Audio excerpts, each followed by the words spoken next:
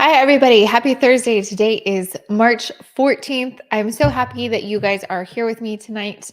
Um, it is lovely here in Georgia. The last couple of weeks, it's been up and down. It's been incredibly rainy and incredibly blustery, which just gets on my nerves because my hair wraps around my face. If you watched any of my last couple of videos, you've probably noticed that. Feel free to have a laugh because I have to. But today, I want to dive in because I feel like there is just a lot of confusion in the market, especially with Biden's new housing incentives that were rolled out. I feel like there's just a lot of people going back and forth. Is this a great idea? Is it not? So I want to make sure that we go over all of that today in this live. I want to make sure that if you have any questions, any thoughts, please put them in the chat so I make sure that we go over them. Because the last thing that I want is for you to just be hearing what's in the news and not really understanding everything, or better yet, not getting the full picture because let's be realistic, that's what the news likes to do to us. So, first off, thank you so much for joining us. Drop a comment, tell me where you're tuning in from, and let's get this show started. Miss Betty, hello there. You're already here. I love it. Thank you so much for joining us every week. The conversations are always flowing with you guys. So I appreciate it. Um, so let's just dive straight in because I want to make sure that we cover everything today. So if you were in the housing market back in 2008, 2009, President Obama was in the office at the time, and he did something similar to what President Biden is um, kind of throwing out there. Obviously, this hasn't passed yet, but this is something that he's brought up and is trying to get passed. So this would encourage first-time homebuyers to come back out to the market. And this is basically saying, let me pull this up for you guys over here. Well, possibly. Share screen. Not today, it said. Totally fine. We've got the information, so we'll throw it up there ourselves. So basically what this is saying, I'm going to read right off the screen. Though his plan also includes an initiative to increase the number of available homes. So with available homes, he's talking about giving incentives and money to builders to build over 2 million homes. That way, they're saying that the housing shortage with 2 million homes, that should kind of put a dent in it. Unfortunately, 2 million homes is not really going to do a lot when it comes to how many homes we actually need. So the plan would provide a $10,000 tax credit divided into two $5,000 annual installments. So this is very similar to what President Obama did back in 2008, 2009. So back then you could buy a home and you would get an $8,000 credit. However, if you sold that home before 2 years, you had to pay back part of that credit. So if you sold it after 1 year, you got to keep 4,000, had to give 4,000 back. Or if you kept it for 2 years, you got the full thing. This is very similar to that. They're basically saying that they're going to give $10,000 total, and you would get to keep that as long as you stay in the home for the minimum of 2 years. So according to data from realtor.com, the $5,000 annual credit would be worth about $400 per month on mortgage payments. That's a significant discount. The typical monthly mortgage payment is around $2,100. So obviously having that savings would be great. However, it's only for the first 2 years. So my concern number one is going to be, when that runs out, are you now able to afford your home? I think what the Biden administration is kind of banking on is that by the time that 2 years has expired and this has expired, that that interest rates will have come down and you will be able to then refinance in a lower rate. My concern is, what if it doesn't? And then are we going to see a flood of foreclosures because people were kind of banking on paying that lower payment that this incentive was keeping your payment at with $400 savings, and now you're going up to a payment that you are not able to actually take care of in the long run? I think that it just sounds like a risk that I don't know that we should be willing to take right now. Um, the big thing is, for me, I don't think that the buyers are the problem. And I feel like this is really just focusing on the wrong issue right now. The problem is not that we don't have buyers in the market. The problem is we don't have sellers in the market. So if you're incentivizing buyers to continue to come out. Well, they're already out there right now. They've kind of adjusted to the fact that interest rates have come up. And the real issue goes back to the fact that even Chairman Jerome Powell, who is basically the one that gets to dictate a lot of this, and it's scary that he's saying this now because, excuse me, sir, you're the one that did this to begin with. However, when 2020 happened and we had the whole pandemic shutdown, I understand that they needed to drop rates. I understand that they needed to do that to get the economy stirred, get everybody back out. Great job.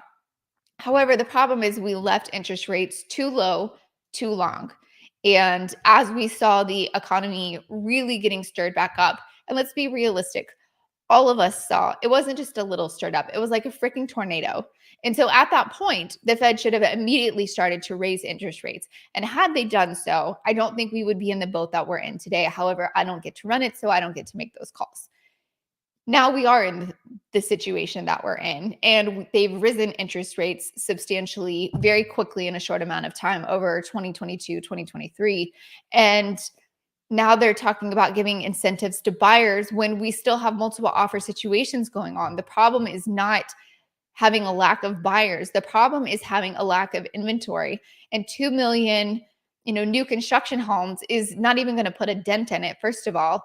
And if we really want to get down to looking at it, and I'm specifically talking about Georgia in this moment, everything else is national, but I'm speaking for Georgia right now. The average home price for a new construction home is about $700,000. That's the average. There's many of them that start well over $1 million, and there's a few of them that start around 600,000. But you're really not going to find a single family home that's under $500,000 in the state of Georgia. You might find a townhome, which is an attached home. You might find something like that for $300,000 to $400,000.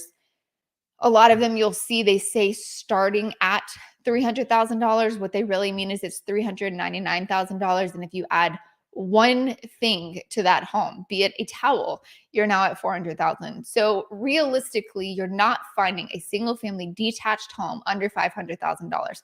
So even if we're adding 2 million new construction homes to be built, A, it's not making a dent, and B, they're still not affordable. So what does it matter if you're adding them if people still can't buy them? That's my big thing here. We're focused on the wrong problem. We don't need to give money to buyers because that's not the issue. The issue is we don't have inventory, and the issue is nothing is affordable. And your little $10,000 isn't going to make it affordable, Mr. Biden. I'm so sorry. So I would love to hear what y'all's thoughts are on this. Let's jump into the comments. Coming from Buford, Addison, love it. Good evening. Oh, made it to the show. Love it. I think the other observation is that once you refinance, the fees you pay for that could eat up the $5,000 credit initially received. Exactly. Anthony, that's another great thing. If you're not familiar with how refinancing works, it's not free. You don't just go in and say, okay, I would like to change my interest rate to a better one. You basically are having to do a closing process all over again. And you are doing that closing process at a new and lower rate, which obviously saves you money. However, you are now having to pay for closing costs again, like you just did whenever you had the original closing. So you do have the option to roll that closing cost into the price of the home. And thankfully, it's not a substantial amount of money. It's not like putting down a down payment again. However, it is a couple $1,000s, and you're either paying that out of pocket, which if you're reducing the interest rate, you would make that money back very quickly. However, like Anthony's pointing out here, if you were given $5,000 and now you're paying $3,000 to refinance, well, what was the point of the incentive to begin with? So I just don't agree with basically where this tax credit is going. From my other thing here, it says Biden is also proposing a 1-year $10,000 credit for homeowners. Finally, we're getting somewhere. Who may be interested in selling their homes but feel locked in by their low mortgage rates. This credit would apply to middle-class owners who sell their starter homes. According to White House estimates, this proposal could free up 3 million affordable homes. Well, first of all, why is it only targeted to middle class owners? I'm not sure exactly what he's trying to portray there. I think this should really apply to anyone that's interested in selling their home. And I don't think $10,000 is really, again, going to be a fixer here, because realistically, if you're looking at, let's say that you've owned your home for the last 20 or 30 years. And so you've got substantial equity in that home. Maybe you originally paid, $500,000 for it. And now you have $1 million that you could sell the home for. And so you're looking at a substantial gain when you go to sell that home, because you've been in that home for the last 20 years.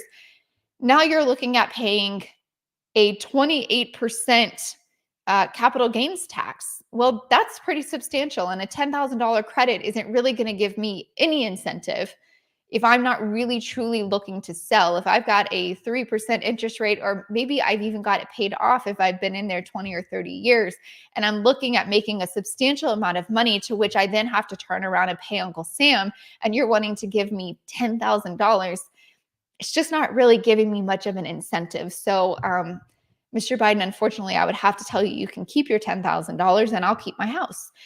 And then we're back in the same boat that we were in before, where we have a shortage issue. It's not having a buyer issue. So one of the things that I was sitting down really looking at here was the fact of, let me just close that out. I wanted to show you guys, which obviously I can't, but I'll put this in the chat after so that you guys can see the slides.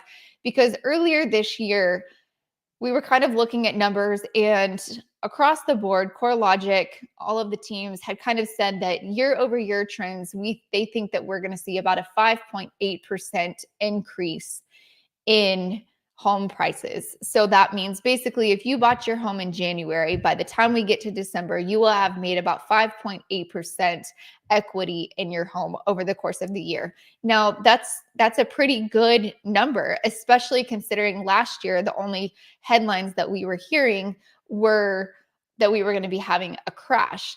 And so this year, to be having numbers that are still positive is a great thing to have. However, they have come out and kind of redone those numbers, and they say that we're looking at about a 2.6% year over year forecast. So even at 2.5, 2.6%, we're still making money. And so I have a lot of people that are telling me, well, they're going to wait for interest rates to come down. My issue with this is the math just doesn't add up. So let me play this out for you. And again, I wish I could sit here and have it up on the screen with the mortgage calculator, but please don't take my word for it. As soon as you get off, or even open a tab right now, I'll still be talking in your ear. Open another tab and go to the mortgage calculator. Now, on that mortgage calculator, if you're looking at buying a $500,000 property, we're looking at a typical interest rate right now is about 6.5%. That's what we're getting quoted on a daily basis right now, about 6.5%. So I wrote the numbers down, right, to make sure that I knew what we were talking about. So at about $500,000 at 6.5%, you're looking at about $3,160 for a monthly mortgage payment. Now at 2.5% rate of return, your equity going up. Let's say that you say, you know what, I'm really trying to wait until interest rates come down. I know that we continue to hear that they're going to be coming down substantially. Again, I'm just not a believer of it. I do think that we will see them come down. I don't think that we're going to see them come down multiple times this year. I don't think we will even really see the first one come down until probably June or July of this year. We talked about that last week on the live, but if you go ahead and in that mortgage calculator at $500,000 at 6.5% interest, you're paying about $3,160. Now, if you take that payment or you take that interest rate and drop it to 6.25, so we've come down a quarter of a point to 6.25 by later this year, but we've gone up 2.5%. Now that would add about $12,500. So if you now calculate that payment at $512,500 is what you're financing, and then you're at a 6.25% interest rate because it's come down a quarter of a point, you basically are saving about roughly 20 to $30, not thousand, $20 to $30 per month. So you waited and you're basically in the same boat. So for all of my people that continue to say, well, I'm waiting on the interest rates to come down, it's just not the right time for me. I really question, have you sat down and done the math to make sure that it makes sense of what you're thinking about? So if the reason you're holding off is just because you haven't found the right house because of the lack of inventory, totally understand. I say, let's keep on the search, let's keep watching. And when the right thing pops up, let's jump on it. I have 3 clients right now where I've taken pictures of their home already. They've gone ahead and gotten it ready. We took pictures, took video. We've got it sitting because I don't want to list their home without finding them a home because the house will sell out from under them. So we basically have everything ready to go so that when we do find the home that they like, bam, we can list the house immediately and we can get them moving. At the same time, you have to really question, what is your motive behind waiting? Because it's different for everybody. You want to make sure that the reason that you're waiting is the right reasons. And that's why I tell people all the time, it's really important that you talk to a lender way before you're looking at buying. I'm talking 6 months to a year or even more before you're looking to buy, because you want to go over the numbers. You want to see realistically at different interest rates, when does it make sense to you? Because as interest rates fluctuate and even come down, home prices go up. So does it make sense? At what point are you just waiting for nothing? So some of the other things that I wanted to go over was the incentive for the affordable construction isn't there. They're still looking at giving these incentives to construction to be built. However, it's not that we need it to be built. We need affordable construction to be built. And so until we can start to find a balance to what that looks like, and a lot of that has to come with zoning, because here in Georgia, there's a lot of zoning regulations that these builders have to jump through. And in a lot of cases, these homes have to be a certain square footage. They have to be a certain amount away from each other. Tiny homes are not permitted except for in certain locations. So there's a lot of red tape that these builders have to jump through. And in doing so, it makes homes unaffordable. So if we're going to be offering them incentives, I think the incentive should come in the fact of not just building the homes, but making affordable options, because that's where we really are struggling with the problem. I think the article that I read the other day said that we're really looking at about a 70% increase in housing costs from 2019 to where we are today. However, wages, what people are getting paid, has only risen about 20%. But that's a huge gap. And until we are able to bring wages up to where housing is, we're going to continue to see this affordability issue. And it's really not just only in housing. That's a big sector of it. So that's what I think we hear about a lot and we talk about a lot. But let's be realistic. Inflation as a whole has substantially changed from 2019 to today. So let's jump in the comments and see what you guys have to say over here. I wonder if states like Iowa, Kansas, Arkansas are having these housing issues. Yes, they are. Unfortunately, it is across the board. Are they having them as bad as some of the other states? No, they're not. There's actually another slide, and I will post this for you guys a little bit later. But one of the things was talking about Rhode Island, New Jersey, Connecticut. Those are some of the main states that are seeing substantial growth and therefore having substantial issues. The only states that have seen a little bit of a negative as far as the year over year changes are Utah, Texas, Louisiana, and Oregon. Those were the only states that saw a little bit of a reduction. And I believe Louisiana was the number 1 state to see a reduction in pricing. Everywhere else has seen substantial growth and therefore year over year, substantial, equity gains. I had a thought. What if builders were provided a lower interest rate for affordable homes for first-time homebuyers? This could help lower costs for builders and also help make homes more affordable. I think that would be fantastic, Anthony. I really do. If the government could provide builders a lower rate, and maybe then you could kind of take over that rate from them. You could assume the mortgage, basically. I think that would be a fantastic option. The problem is, at the end of the day, Uncle Sam is all about making money. We all know that. We're not stupid. I don't care what side of the coin you're on. That's just how things work. And so it just doesn't make sense to them to do that. They want to look like they're saving things and doing well, but in reality, they have to make money. And at lower interest rates, they're not making money. So I would love to see that. Anthony, you should go talk to Chairman Powell and see if y'all can't have a little powwow there. I would not buy a house at this time. No way. Ray, tell me why. I want to hear the reasoning, because I'm totally fine with it. I want to hear your reasoning behind it, because I hear this from a lot of people, but I want to know what is driving that factor. Is it the interest rates? Is it the cost of the homes?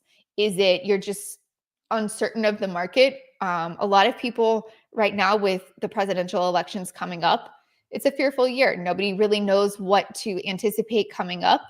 I get that there are a lot of factors that feed into this. So I would love to hear your reasoning behind it and what's driving your decision.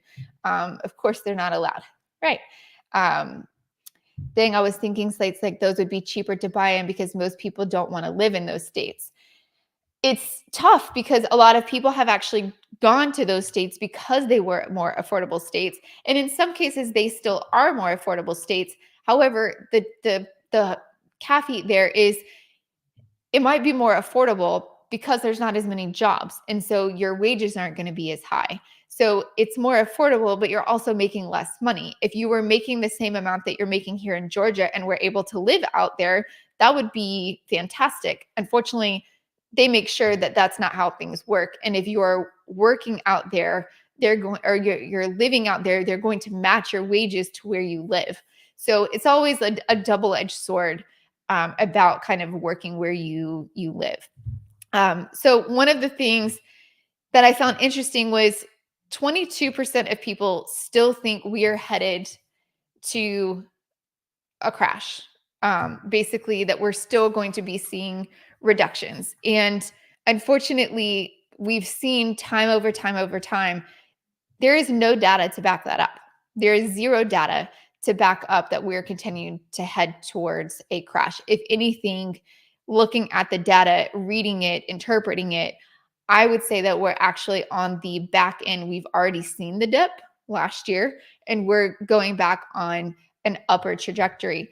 That being said, I don't think it's going to be a trajectory like we saw 2020 to 2023, but you have to think about that we were on an upward trajectory from 2014 to 2019. It was just a more steady, predictable, safe trajectory, but it was still climbing.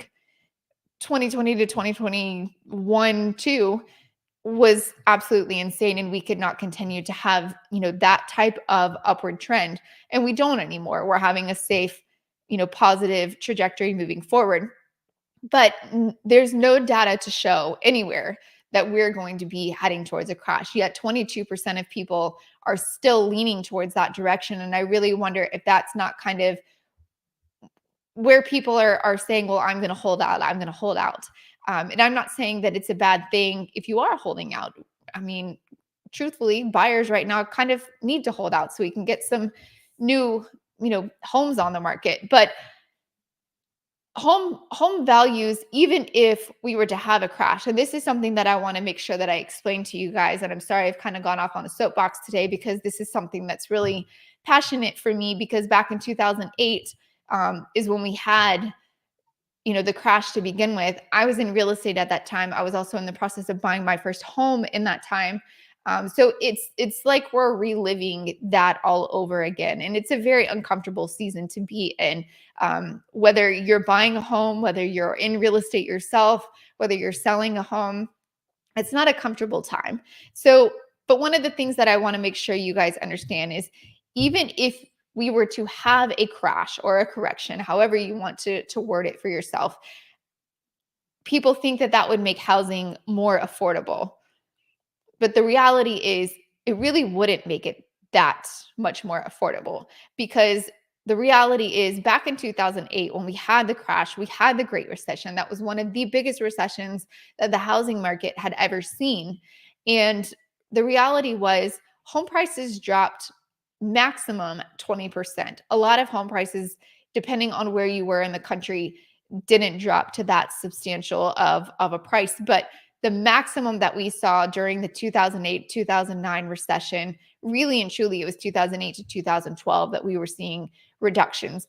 20% was the maximum that we saw home prices come down. Now, don't get me wrong, that is a substantial amount of money that people were losing. If you had not gotten in over your head, you were able to ride through that time. If you had bought above your means, like so many had, or borrowed against your home many times, like so many had, and the banks were letting people do it, they were letting people borrow against their homes till they were basically upside down, then yeah, when the market crashed, you had a serious problem. So this just goes, again, as a reminder, keep your finances in check. Don't buy above your means. If they tell you that you can afford up to 700,000, maybe don't go to that amount. Maybe look at what you can get at 650,000. I know right now in this market that's a hard pill to swallow, but reality is, you want to play it safe and make sure that if something were to happen, that you're still able to make those monthly payments, because then if we do have a correction, it doesn't really phase you. Because if you look at the people that wrote it out in 2008, 2009, they lost 10 to 20%. They've now gained back that 10 to 20%, plus another probably 20 or 30 or even 40% since then. So they've made their money back and then double or tripled it. So if you can go ahead and look, even if home prices were to drop the full 20% that we saw back in 2008, 2009, that literally is just taking us back to 2019 pricing. That is not taking us way back to when homes were affordable. If we lost 20% equity tomorrow, we're literally going back to 2021, 2020 pricing. Because since 2020, we have gained at minimum 20%, if not more, equity. So all we're doing is taking it back a couple of years. So is that more affordable? Yes. Is it making it truly affordable? No. The only thing that is going to bridge that gap is wages rising and interest rates getting lower again. Those are the only two things that are going to kind of bridge the gap and make things more affordable for the American people. So I want everyone to just kind of put that into perspective, have a little food for thought, because I don't feel like they really come out and have these discussions for obvious reasons in the news. So as a Gen Z, I truly struggle to see the light for buying a home that's affordable. We're doomed. I can see why you say that. Realistically, this is a conversation that I've had with multiple people. If I were in my 20s, I didn't have kids, the thing that I would be focusing on right now more than anything would be buying an investment property. I would not be worried about buying my home, where this is my dream home. That would be so far-fetched for me. If I had my life to do over again and I was back in my 20s, I'll tell you a short story. I still kick myself to this day. This is literally one of the things, I'm sure everyone has one, that kind of haunts you. And I try not to think about it because it really, really pisses me off. But my dad, my parents divorced early on, wasn't a big part of my life. He had a condo over in Roswell, Georgia, which is a beautiful area.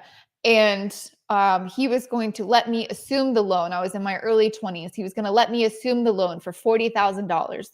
At the time, I was fresh into real estate, was absolutely petrified, didn't have a ton of money, literally just licensed, and barely had two pennies to rub together. And was like, just thanks, but no thanks. I'm going to keep rolling. And now today, I could probably sell that condo for $450,000. And for $40,000, I could have paid that off very quickly, very easily. But I chose not to because I was fearful. I was scared. And the worst case scenario that could have happened is if I couldn't have paid for it, the bank would have taken it. Would that have sucked? Yes. Would it have been the end of my life? Absolutely not. And chances are it wouldn't have happened. And I would be, 10 times wealthier than I am right now. So I say all of that to say, if you're in your early 20s, late 20s, you don't have kids that you have to have in a specific school system, don't necessarily look at buying a home as needing to get into your dream home right now, or even your first home right now. Maybe you're still going to be living with your parents, or maybe you're going to be, living in this place with roommates. Look at something that you can have as an investment. Look at getting a duplex or a quadplex where you can be living in one, renting out the other three. And those three people are not only paying your mortgage, but they're also making you money. Look at having roommates if you want. That way, again, they're helping to pay, maybe even fully cover what your mortgage is. Because if you're paying rent, which I'm sure you are, you're paying a mortgage. And it's probably a substantial one if I'm realistic. I know around here, rents are usually around $1,500 and going up. 1,500 is or a one bedroom. If you want a 2 or 3 bedroom, you're looking at $2,000. I mean, that's a house payment. Look at your options as to what could I do to make that affordable for me right now.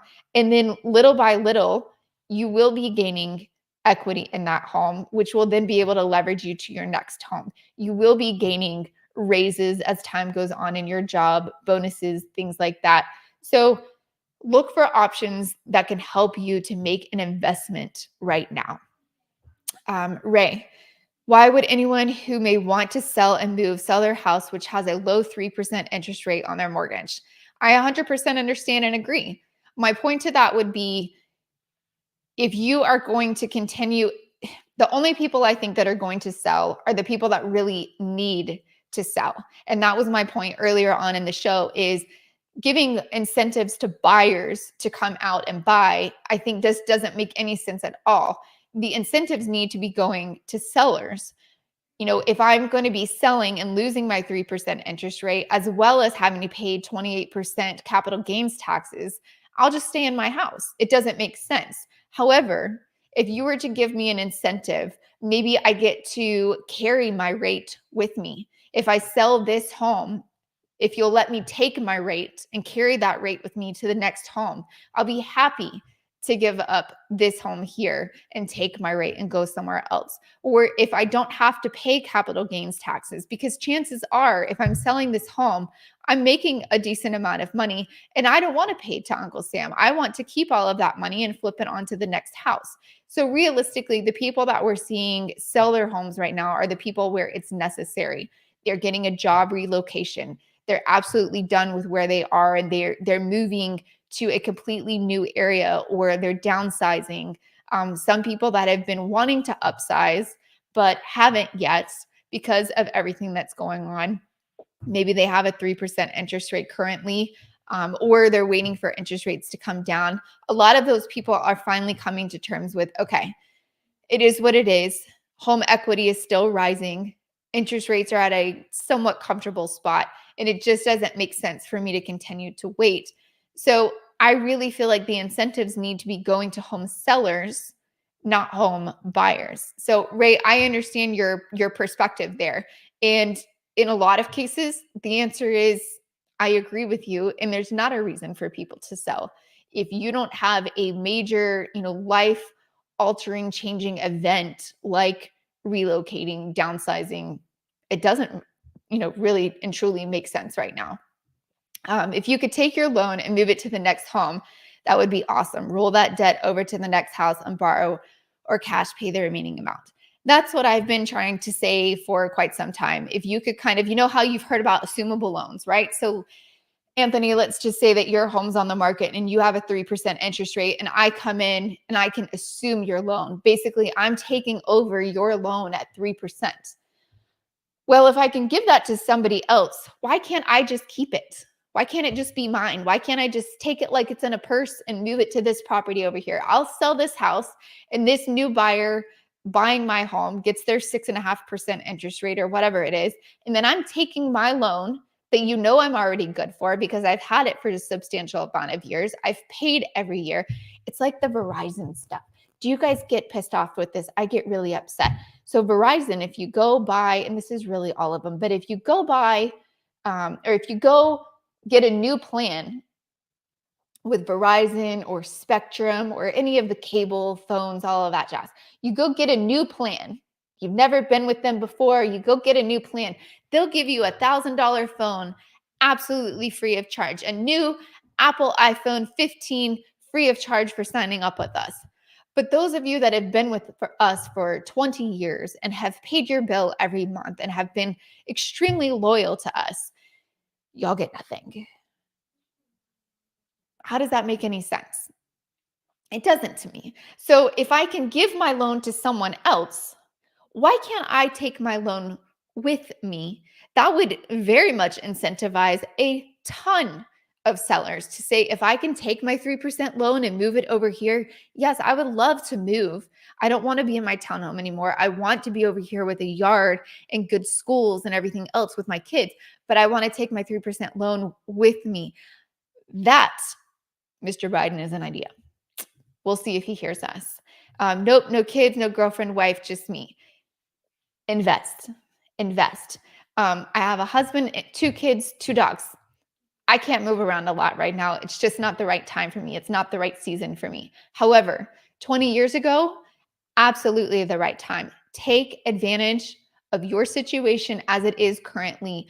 Buy a home, live in it, fix it up a little bit as you go, rent out rooms, and then sell it in 2 years. You've made 10% equity. That's going to get you to your next one. Maybe it's another fixer upper. You live in that one for 2 years, fix it up as you go, rent out rooms, do it again.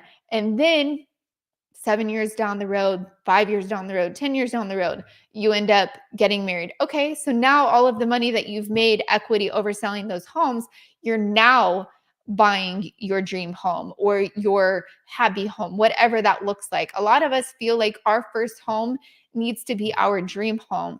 And if you play your cards right, it shouldn't be your dream home as your first home. That home should come later because the homes prior to that have now paid for your dream home or have put a substantial dent in what you're affording on that dream home. So to me, that is a big problem. Nobody can sell. Ray, you're preaching to the choir. I agree 100%. And I feel like if incentives, like maybe you don't have to pay capital gains taxes on your property, because again, Ray, I don't know how long you've been in your home, but if you've been in your home more than 10 years, you have a substantial amount of equity. And so if when you sell, you have to now pay 28% of that to Uncle Sam, well, that's a little bit of a problem to me. That would make me not want to sell it right there.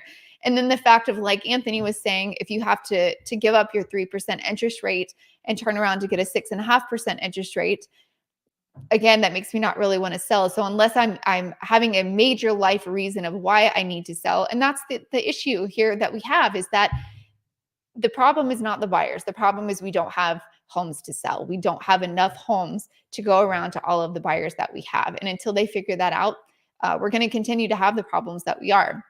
If you get a rental property, do you have to pay property taxes, income taxes? You do. If you get a rental property, you have to pay property taxes just like you would anything else. If you have a loan on the property taxes are actually paid monthly throughout that, because you'll be paying what's called escrow, which it basically goes in. If you can imagine, your parent collecting money from you each month. The bank is collecting money from you each month to then at the end of the year pay those property taxes. If you are living in the property, then you are not having to pay additional taxes, or I should say, like, you don't have to put 20% down because you are actually using this as your primary residence. So good things to Mama L getting fired up a little bit. Sorry, y'all know I'm big about this. So I'm not so sure about getting married. That's a big risk. It can be, depends on who it is. You could find the right one like I did, and it's more of a risk to him than it is to me. But nobody said you got to get married. You could use that money time over time. And down the road, you can buy your own dream home, or that may look like not buying a home at all. You sell it all and go travel the world.